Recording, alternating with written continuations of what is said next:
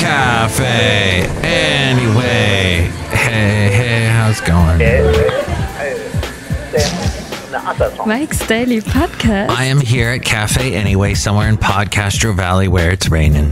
And we got that Pineapple Express sitting on top of us. And Mike's Daily Podcast. We'd like to call it something else now because that movie was not very good. It's now called a reservoir of the water above our heads.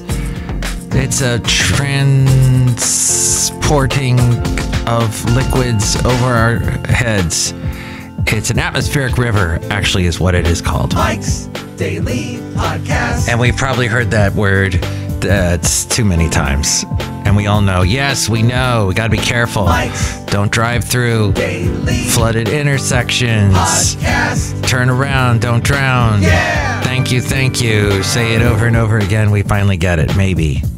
Californians, we need that hammered into our heads since we never see water, except for when we're at the beach or that Hurricane Harbor, or what is it called?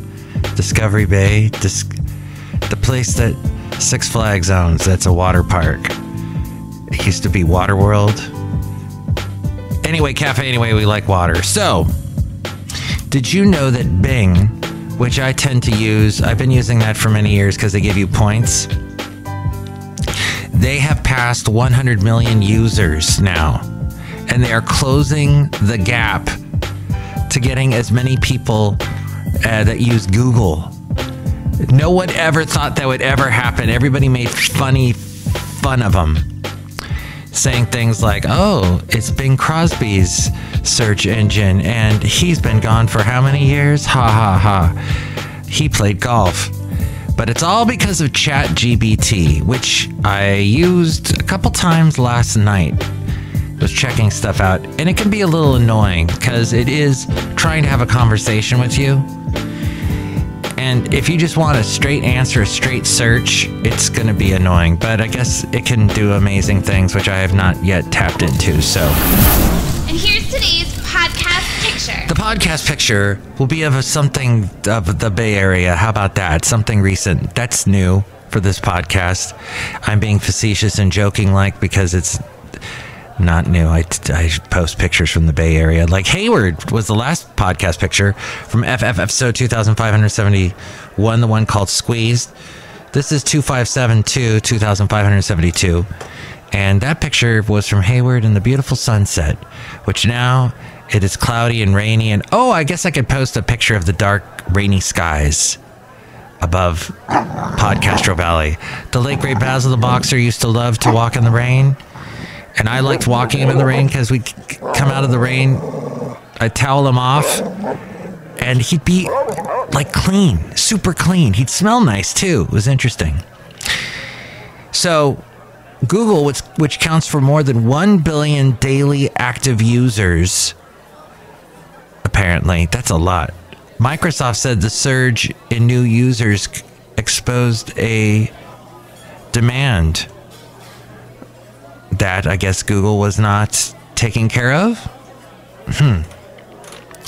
Also in the world of, let's say, searching for a place to live, or searching for a good way to live, or searching for a life that that suits you, more consumers are leaning on credit cards to afford increasingly expensive necessities like rent and food. That helped propel total credit card debt to a record $930 billion at the end of 2022. And that is almost a 19% spike from the year before.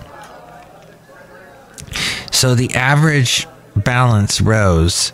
This is the balance that people carry from month to month, which then accumulates interest. So you're going to pay the interest that's crazy big someday. They're making money on their money that they're lending you, basically. The balance rose to $5,805 over that same period. Households are nearly at a breaking point. The breaking point is the level where debt that will become unsustainable to most people. Don't forget that debt of a different kind of the, people taking out loans to buy houses. That's what caused the big recession in 2008. Delinquencies of 60 days are already on the rise. As long as unemployment stays down, households are better able to pay their bills. So there's that. Credit cards are one of the most expensive ways to borrow money. Currently, the annual percentage rates are around 20%, and that's an all-time high. Cardholders do have options, though. 0% balance transfer credit card offers are even more plentiful than they were a year ago, and they remain one of the best weapons Americans have in the battle against credit card debt. So that's something to consider, experts say. But try to keep your credit card debt down as best you can. If unemployment stays down, that means we're working and we're paying off that debt. And the boat doesn't capsize. And we have some kind of equilibrium. I am not some kind of financial expert, but it seems to me that that's something to consider. Hey, you know what? This is the month of women's history. Did you know that? Well, let's take a quiz, shall we? I'm borrowing this from Bing, which I make points on when I do searches and whatnot. I might get points doing this. So, Amelia Earhart. No, it was Earhart. There's a big old, it's a big mural of Amelia Earhart. It's at a restaurant called Earhart's. And that's in Oakland, near the Oakland airport, because apparently she flew out of that airport. Amelia Earhart was the first woman to do what in 1932? Fly an airplane, fly a plane solo across the Atlantic, or fly a plane across a continent? As we go outside a cafe anyway, where we bring you Mike's Daily Podcast, somewhere in Podcastro Valley. Anyway, the last place on Earth. I'm going to take a wild guess and say fly an airplane. The front panel will close automatically. Oh, wrong. Actually, she was the first woman in 1932 to fly a plane solo across the Atlantic. The American aviation pioneer took off from Newfoundland, Canada, in her single-engine Lockheed Vega 5B. 15 hours later, she landed in a field near Derry, Northern Ireland. When a farmhand reportedly asked her, "How far have you flown?" Amelia Earhart replied, "From America."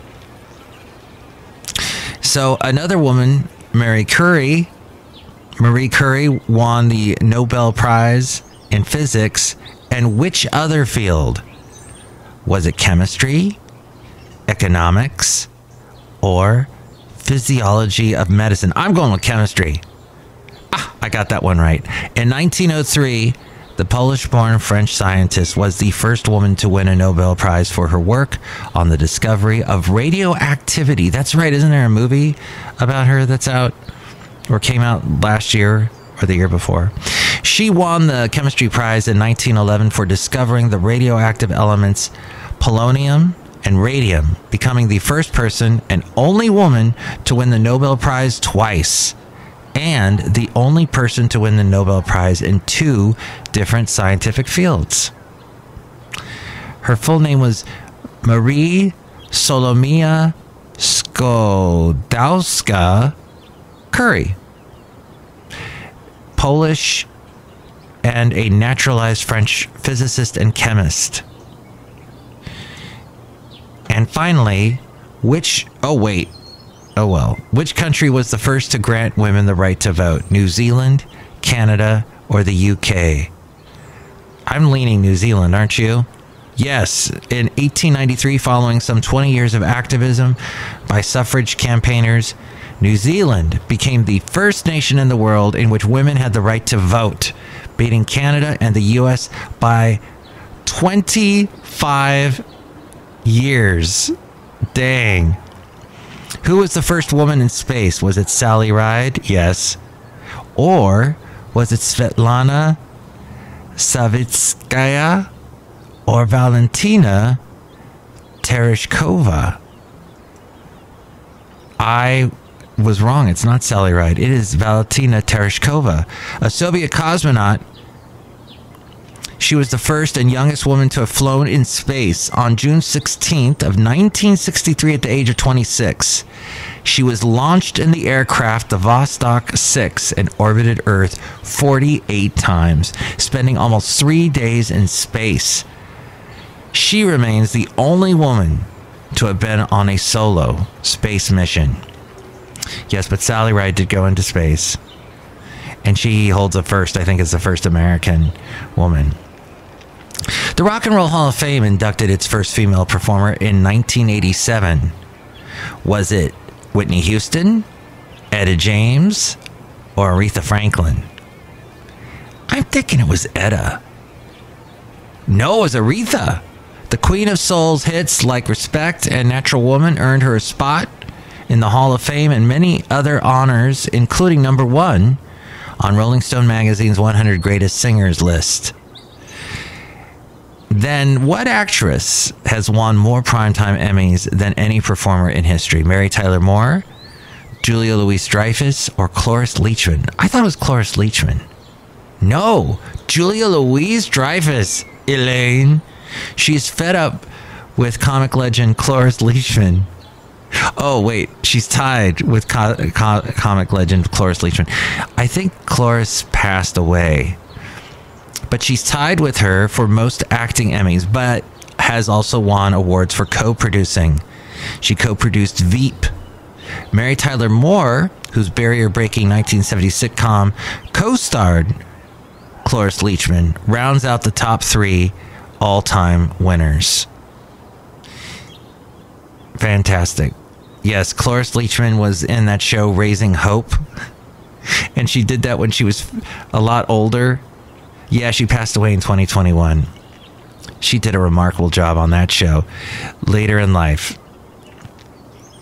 So Harriet Tubman is famous for freeing hundreds of slaves, but she was also a spy, a military leader, or was she both?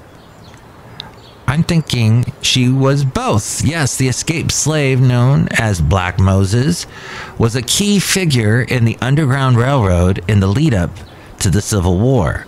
During the war, she scouted she scouted routes for escaped slaves in Confederate territory. Later, she helped lead over 150 troops in the raid at Combahee Ferry, which freed more than 700 slaves. Who was the first female justice of the U.S. Supreme Court? Sandra Day O'Connor, Ruth Bader Ginsburg, or Sonia Sotomayor? I thought it was Sandra Day O'Connor. It was. She was nominated in 1981 by a Republican. That would be President Reagan. O'Connor was the first woman ever recommended for one of the nation's top judicial seats. Despite pushback from Reagan's staunch conservative base, she was confirmed by the Senate with a majority, a shutout majority of 99-0. Zaha Hadid was the first woman to win the Pritzker Prize. What was her profession? This one I don't know. I'm going to be pleasantly surprised. An architect. Zaha Hadid was an Iraqi-British architect, artist, and designer, recognized as a major figure in architecture of the late 20th and early 21st century. She won the prestigious Pritzker in 2004. Known for designs with sweeping dramatic curves and angles, the Beijing airport may be the most famous example. In 2020, Katie Sowers became the first woman to do what in a Super Bowl? Kick a field goal, coach, or referee? It was coach. Yes, she coached the San Francisco 49ers as an offensive assistant in Super Bowl in the Super Bowl in 2020. She is also the NFL's first openly gay coach and is one of more than 55 women working in football operations league-wide. In 2021, Sarah Thomas became the first woman to officiate a Super Bowl. Katie Sowers. And she joined the Kansas City Chiefs in 2021 and currently works in the athletic department of Ottawa University. Fantastic. There you go. Women's History Month. Don't forget. Well, here's an odd story. I'm going to round off this podcast with a couple of interesting things. A former Obama administration official and her family hit turbulence on a flight to Maryland last Friday. The turbulence launched the passengers and former official Dana Hyde, who later died of her injuries. And she served in both the Barack Obama and Bill Clinton administration. It was a violently turbulent flight. She was an attorney on the 9/11 Commission and was flying back from New England, where she'd been visiting schools with her son and husband, Jonathan Chambers.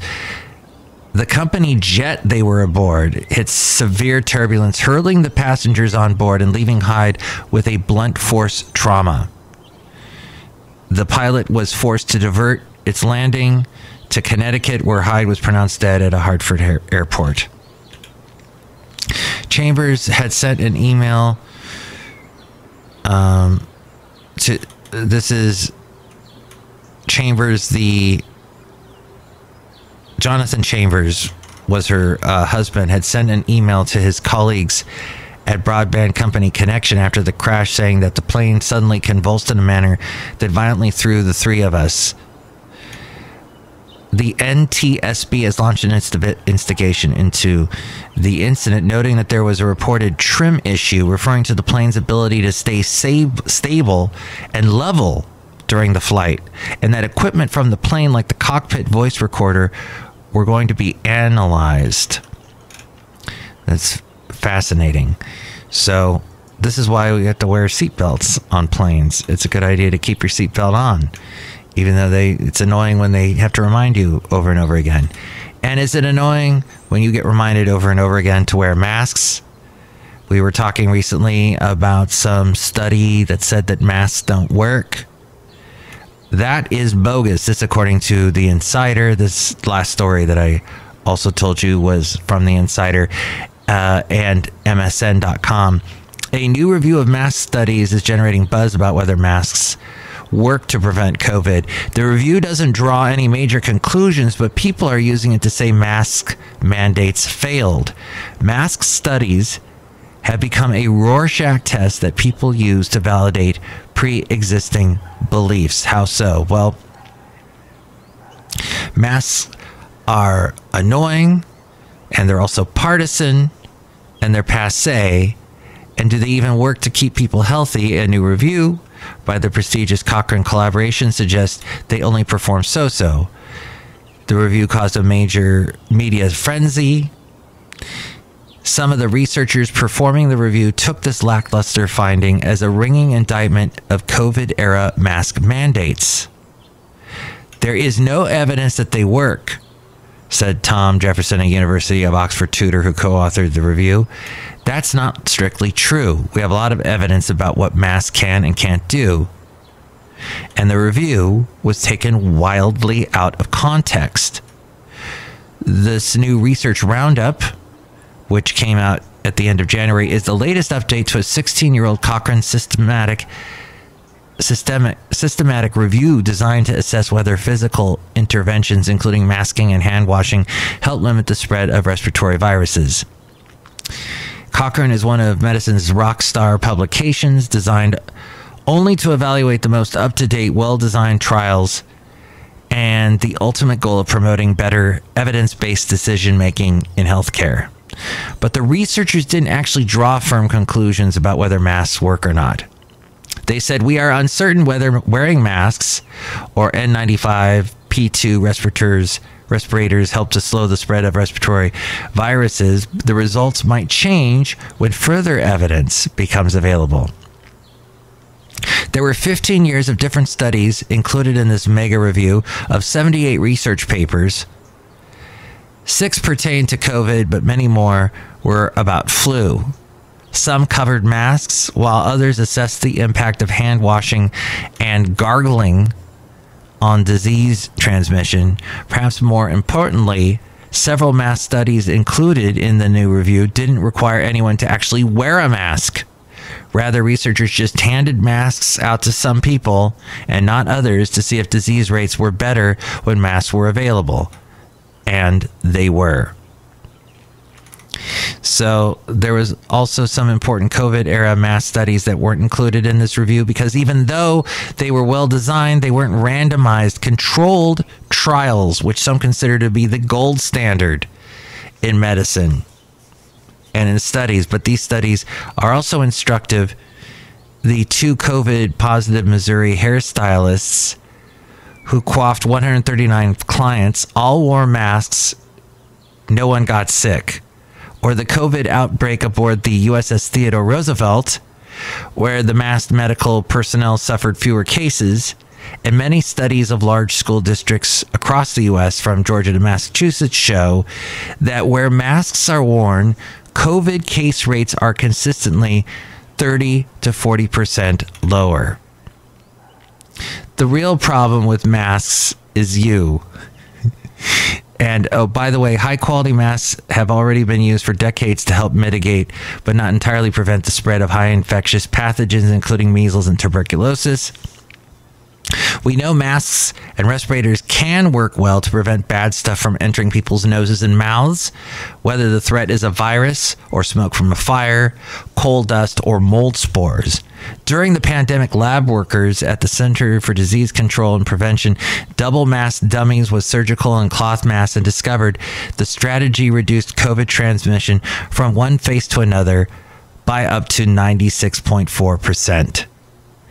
There are no inviolable laws of nature that we can rely on. An aerosol scientist at Virginia Tech who studies how viruses move through the air, Lindsay Marr, said, filtration of particles by masks is a physical process that has laws.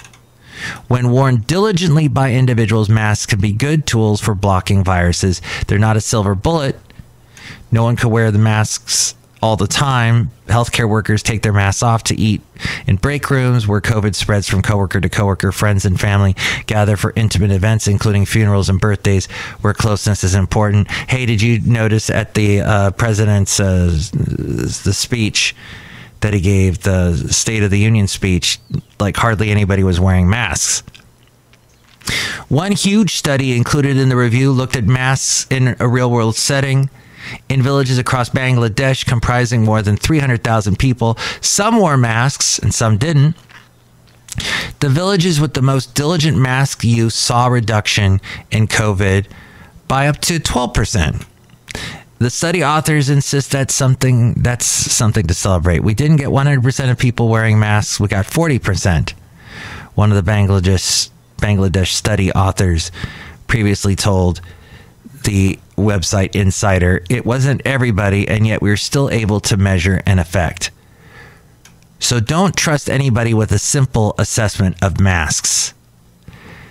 They're tools that can be used to prevent infection, but they're not going to prevent outbreaks or even curb them all on their own. Other things have to be in place. So just something to think about. People, if they hate masks, then chances are they're going to hate Fauci too.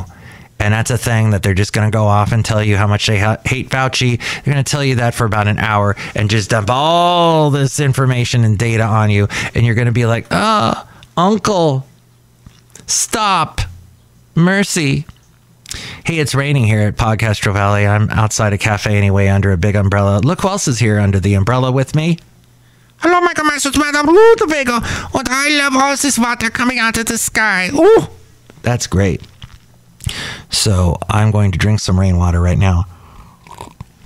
Oh, I don't know if that's a good idea or not, but do you like rainwater? Yes.